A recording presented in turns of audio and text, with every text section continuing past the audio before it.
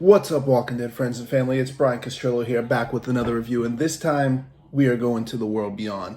That's right, the Walking Dead world beyond. And now, for those of you who follow me, I've been kind of absent for 3 weeks, and that's because my son did get COVID from his teacher at school. He's only 5, and of course, I'm gonna be there for him, and then I got it, so that kind of took me out. I was a bit too tired to record these, but I'm here and I want to talk about the first episode and the second episode, which we just watched recently this past Sunday. Of course, if you have AMC Plus, you can go and watch the third one. But I only want to talk about the first two because I don't want to ruin anything for anyone who hasn't seen it. But once it's aired, it's no longer a spoiler. But let's go. So first of all, I have to say, from the trailer, and the first two episodes, this season 2, the final season of The Walking Dead World Beyond, is phenomenal. It's amazing. It is everything we've been looking for. Of course, if you've seen the trailers, you know Hiatus is coming. I'm not sure what episode, but just a lot of big things are happening here, and I'm all for it. I'm very excited for The Walking Dead World Beyond. My two favorite characters are, of course, Huck and Hope, Double H. But let's get into it. Now, the first episode, just to kind of break it down, is a lot of that is you see Hope and Iris are kind of on two different planes, and Hope is kind of being, I guess, manipulated into kind of agreeing with what the CRM is doing here, and they send her out they bring her to this building where, and if you go back to season 1, I could be wrong, but I believe that is the same apartment building as Elizabeth Kublik lived in, and which was probably the same town as Omaha, where I'm assuming, because that's where in that episode you see they blow up the walls and all those walkers go in. Now the only big thing in there, or at least one of the big things I'm kind of curious about, is there is this walker that's crawling up to him as they're kind of blowing that up and letting him in there. And it has sort of a sheriff's outfit. Now, we all know what sheriff we're looking for. Now, obviously that wasn't Rick, but it just kind of caught my eye. And we're seeing Hope go through these trials kind of on her own, and she's kind of forced into a situation where she has to choose to basically agree to go with the CRM, with Elizabeth Kublik and Huck, because Kublik, she basically stated that she wants her to be there on her own will, on her own volition. She doesn't want her to be a loose cannon there. And then on the opposite plane, you got Iris, who clearly has some sort of distrust and hate, understandably so, for the CRM. And she is having these dreams where the CRM soldier is covered with, it's a walker, and it's kind of like a mask. Kind of interesting, but let's go kind of jump to episode 2. In episode 2, we start off where we left off on episode 1, where you see Iris, and she had left where she was staying with Felix, and she goes out and she encounters a CRM soldier, and she ends up killing him. And there's kind of a parallel back to episode 1, or not episode 1, episode 2 of the first season, where she made her first walker kill, and she says, that's what you get. Well, she killed the CRM soldier and said, that's what you get. And she's clearly she's getting more angry and more angry at the CRM, and she sees them as the enemy, which I'm sure anybody who's been watching The Walking Dead, we're kind of on that same plane. We're more towards where Iris is at right now, and Felix comes in and stops, and then you see all these CRM lights, soldiers, and they're coming, so they got to hide that body, but and kill these walkers that are out there before the CRM finds them. And kind of a cool scene where you got Felix. He's holding the last walker up against a tree, and he tells Iris, "You got to do this. It's got to be you." So she takes out her bow gun, kind of not quite like Daryl's, but she shoots him right in the face and takes him out. That was kind of an epic scene. But there, then we go to see Hope, and Hope is. I'm gonna kind of break down these different scenes according to the characters involved, and I want to kind of get into Hope because she's arriving on campus, and she's walking around. One of the things I notice is everybody is looking at her as she walks by. Now, granted, she's a new person on campus, but I believe that everybody was told who she was and what to expect. But if you watch everybody's looking at her, everybody's staring at her, and Hope is very perceptive as she's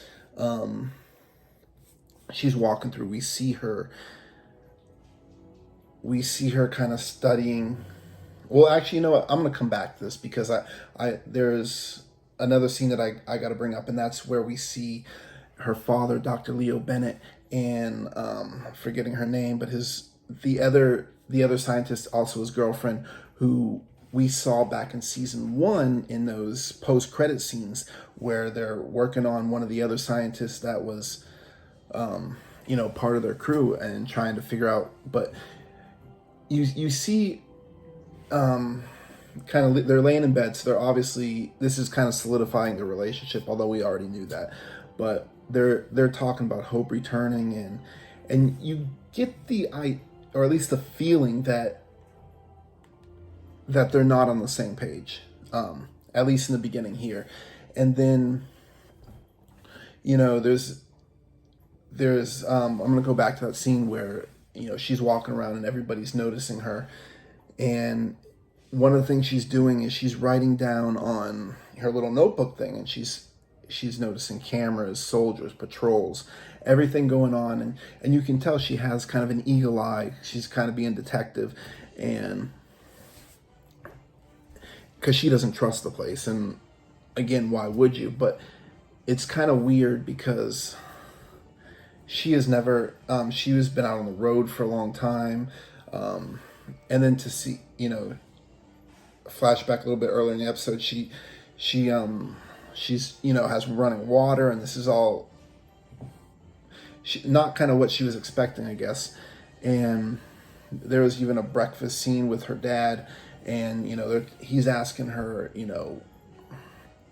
what were you in any danger, and he's trying, and you can see Hope's eyes are kind of shifting back and forth, and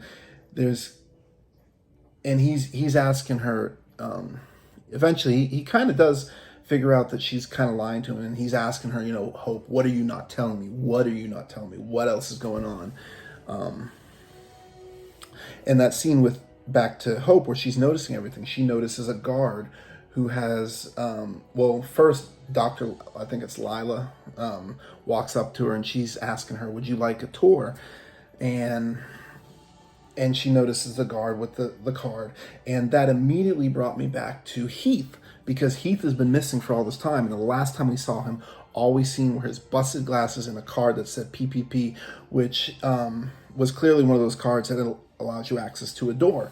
I have them for one of my jobs, and to me that was kind of signifying that Heath may be one of the people that we see in this upcoming season that Gimple said we're going to see some familiar faces. So that card could have been one of the CRM lost it in a struggle with Heath.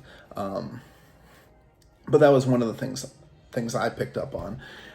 And they're walking, then, she agrees to go on the tour with them, and she's walking through the hall, and you see some scientists, and they're bringing what looks like a walker under some covers, and you kind of see the back, I guess what we saw in the trailers where they're experimenting on the walkers, and just walking by, Hope is noticing this, and then they finally come across a door where she said, "This is, your father's office," and as they were walking by, she saw two windows. We got scientists that are working on what looks like plants and fungi and stuff like that, and then another one where you can see a military soldier, and he kind of closed the blinds, so being very secretive.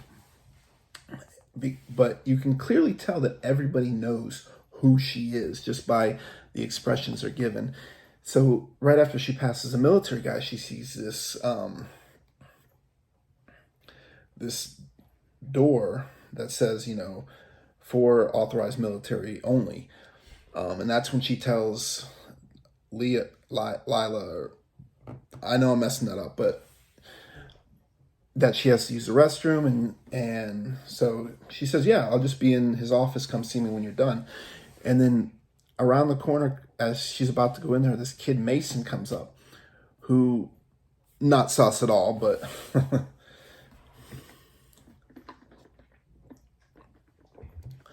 and he's kind of questioning her, like, what are you doing? And Hope's like, "Well, I'm looking for a bathroom, and everybody knows that the authorized military only are the best bathrooms." And he calls her out on it, calls her a liar, but he's like, "If you want to go in there, I'll do it for you." And he shows her it's kind of like just a broom closet, and of course she's being a little sarcastic, so she wants a mop when he asks her, "Is there something you want from here?" Which was kind of funny. But then they walk out, and he's asking her, he said, I could give you a tour, and of course she told her that she was already on a tour. And he asks her for her name, and she's like, "Well, you said this is a small place, so I'm assuming you already know who I am," and called him out on that, which he said, "Yeah." And he said, "I'll see you around, Hope." So, which is kind of furthering my knowledge that everybody is aware of who she is, and they're just kind of staring at her, what that means for every person in there. I don't know what their ranks are or what their jobs are, but everybody is aware of who Hope is. So she goes into the office, and where, Dr. Leo Bennett's, or the other scientist, Lila. I'm going to call her Lila for now because I know I'm messing up her name. But, and she's talking about, what her father does, that he loves her, and he just kind of has to do this, for the good of the community. And if anybody was able to understand what was on that board, if there was any type of hints, because I know there had to be on the blackboard right behind where she was standing behind Dr. Leo Bennett's desk. Let me know in the comments what I was trying to figure that out, but maybe I missed something. But she eventually shows her a video of Dr. Bennett, saying exactly what they're doing and how they're testing the speed and the response of the virus with the brain, and they're using fungi and different things to kind of see if they can eliminate them as a mobile threat, and then we learned that Dr. Bennett figured this out within 2 months because he's a brilliant mind. But there's another scene, we go back, where Dr. Leo Bennett had actually went into Elizabeth Kublek's office, and he seemed upset. Those two are definitely not on the same page. And he had said, well, Kublek asked him, like, so how's she, fitting in? And she said, it's kind of hard to fit in when your family's not here. Where is my other daughter? Where is Felix? Where is my security team? Or, we didn't say that yet, but,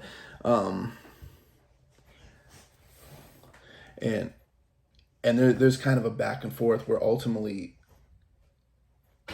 Elizabeth Kublek said, well, he said that if you don't get my family, I'm going to stop working for you. And she reminds him that you're not working for me. You're working for the CRM, just like I am. And we knew, because we took, we made an assessment of both you and your daughter, that no matter what the stress or whatever, that we knew that you would come back and ultimately still do the job for us. So she basically kind of threatened him, and let him know that he has no choice, which was kind of interesting. another scene that was kind of interesting to me with Hope, in regards to Hope, was there was a scene with she's walking out the door, and this other girl is coming the opposite way, and they kind of look at each other through the door. They almost look alike, almost like one could have been a stunt double. I don't know, but it was just kind of an awkward look. And I'm wondering if that girl is going to mean something later on in the show. But we'll find out then. But now another overlaying scene is we find out Silas is back, and he's driving with this guy who, he's not wearing CRM soldier material for uniforms rather, but he's driving with him, but we do know he's obviously CRM. And he's taken him to his place, and they're asking each other questions, and we learn his name is Dennis.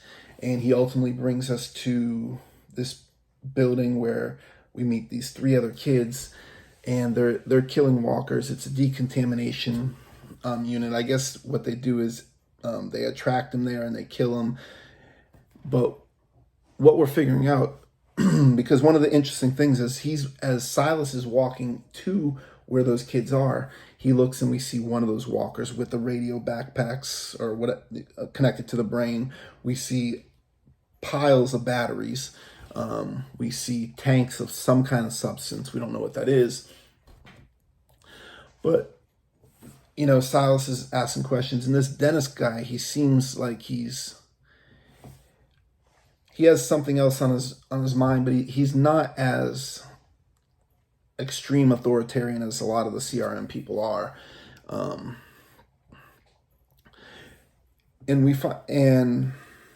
Silas is asking these questions like, who are you? Why, what? And he tells him, this is where we're training, and we're trying to create a new beginning. And Silas asks, well, then why are you here? Why are you here for the same thing? But the big interesting reveal is that at the end of the day, he leaves, and he's taken up another one of these walkers with the radio backpacks on, and he looks above, his sun blocker. That's not what it's called, but he pulls down a picture of him and Huck, and he's got his arms around her, like clearly there looks like some sort of a relationship. So why has he been separated from Huck? Is that something her mother did? And Huck is not aware of that. Maybe Huck thinks he's dead and doesn't know that he's doing what he's doing. Those are going to be some big questions that we're going to need to find out as we go on. And then now we go back. Now another big scenes is we got Will, we got Felix, and we got Silas, and they're at this. Well, they're coming up to this town, and these people kind of have somewhat of a resemblance of, if you go back to, I believe it was episode 7. The last episode that we saw Michonne in, and where she goes and she sees all those people with the wagon covered. These people seem somewhat similar. Are they related? Do they know that group? But they're in there and they're talking, and they're trying to say, we need help. Let us show you that we're. And you got the one lady and the older gentleman. The older gentleman seems more afraid, and the woman who clearly has some sort of power, at least over this community that they're at. And she says that's not what we're about. But all of a sudden the CRM with Elizabeth Kublik shows up, and she's like, hurry, we gotta hide. Now this is kind of an interesting scene because they're looking for the soldier that Iris killed, because he's missing. They're looking for Felix, they're looking for Iris, and of course Will. And she comes in, she's already suspecting something. And there's a scene, if you're watching, with the windows open, and it's blowing, and then she's walking over there, but we see the papers that the older gentleman had put over the top of Iris's books with the CRM logo on it. Now, there's no definitive knowledge that she's seen those, but I believe she did. And because she's making some sort of these little comments that make you believe that, you know, I kind of know what's going on. And she always seems like she's one step of everything. Eventually she leaves because she gets word that they found the soldier.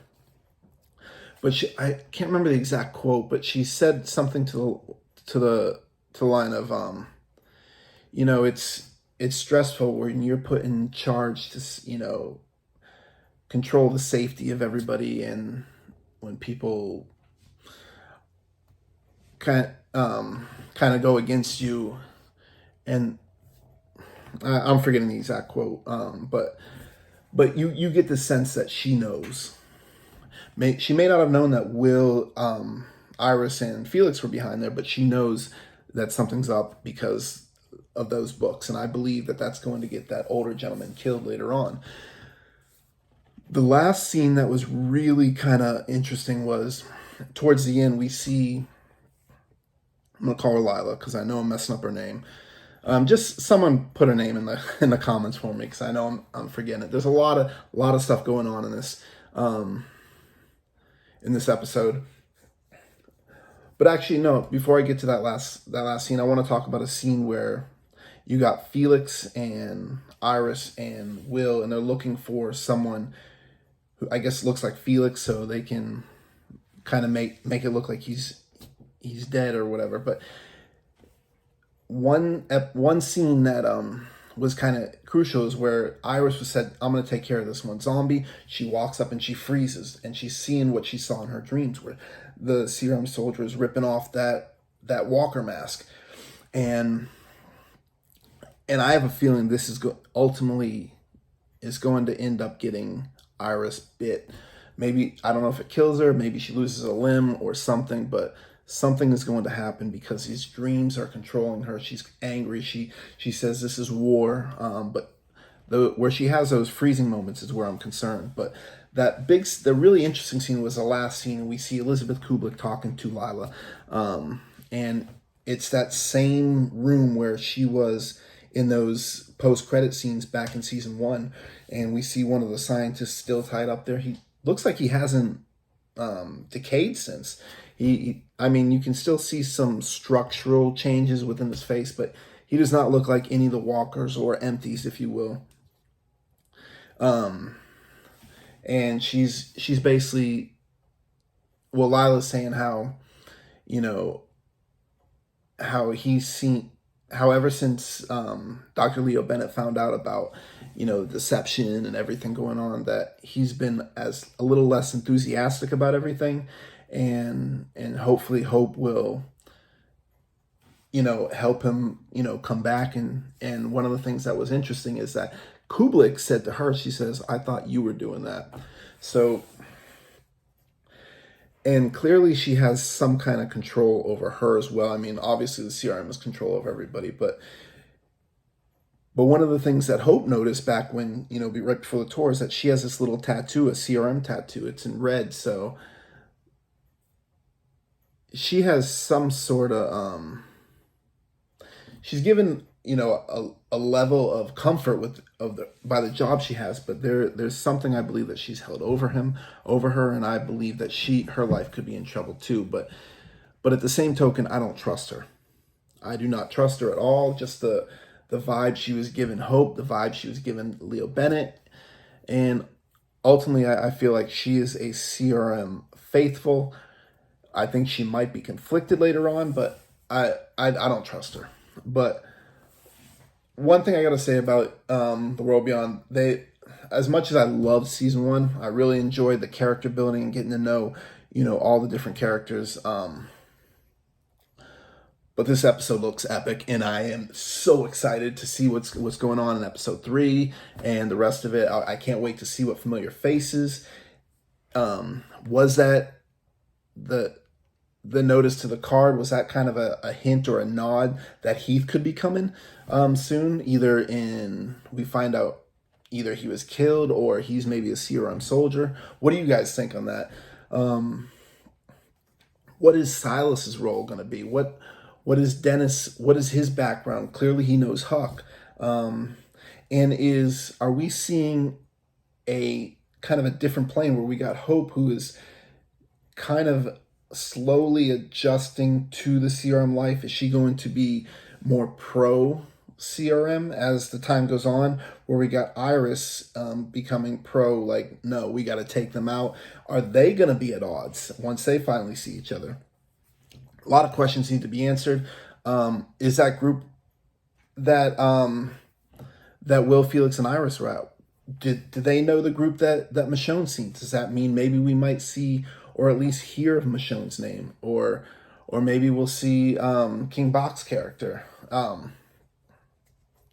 But a lot of questions. What did you guys think about it? I want to hear from you guys. Let me know. And also, don't forget, I have that big giveaway going on where you could possibly win Season 1 McFarlane Toys complete set back from 2011. It's got 2 iconic walkers from Season 1 of The Walking Dead. You got Rick Grimes and Daryl Dixon, which is actually signed by Norman Reedus himself. And if you go into my YouTube channel, which obviously if you're watching my video, you'll see that. But go to the video where you see a picture of myself standing with Norman Reedus, and he's got his short hair back from 2011, early on in the Walking Dead. But I cannot wait to announce who is going to announce, and I mean who is going to win. I can't wait to announce it, and that's going to be when The Walking Dead returns, February 22nd. I will be announcing that right before the show comes on. I'll be selecting that, and I'll be creating a video and letting everybody know. I am excited to let the winner know. But as in any of my reviews, I'm always giving a shout out to my friends. And this one is no different. This one is going out to Oscar Rodriguez. He is a big part of this giveaway. As you will find out when you watch that video what is going on. Now, Oscar Rodriguez played a Whisperer, a Walker in The Walking Dead. And he's got some amazing art. And I want you to check out his art page. I'm going to have all of his links in there, his Twitter, his Instagram, his Facebook, his art page and everything. Go check him out. Check out his art. Support him. And of course, if you enjoyed this video, like and follow. And I completely appreciate you. I hope you guys can win. There's still a lot of time. We still got till February 22nd before I can even announce it. So let's get come on in, check out that video and and I hope you guys win. Good luck. And as always, love you guys.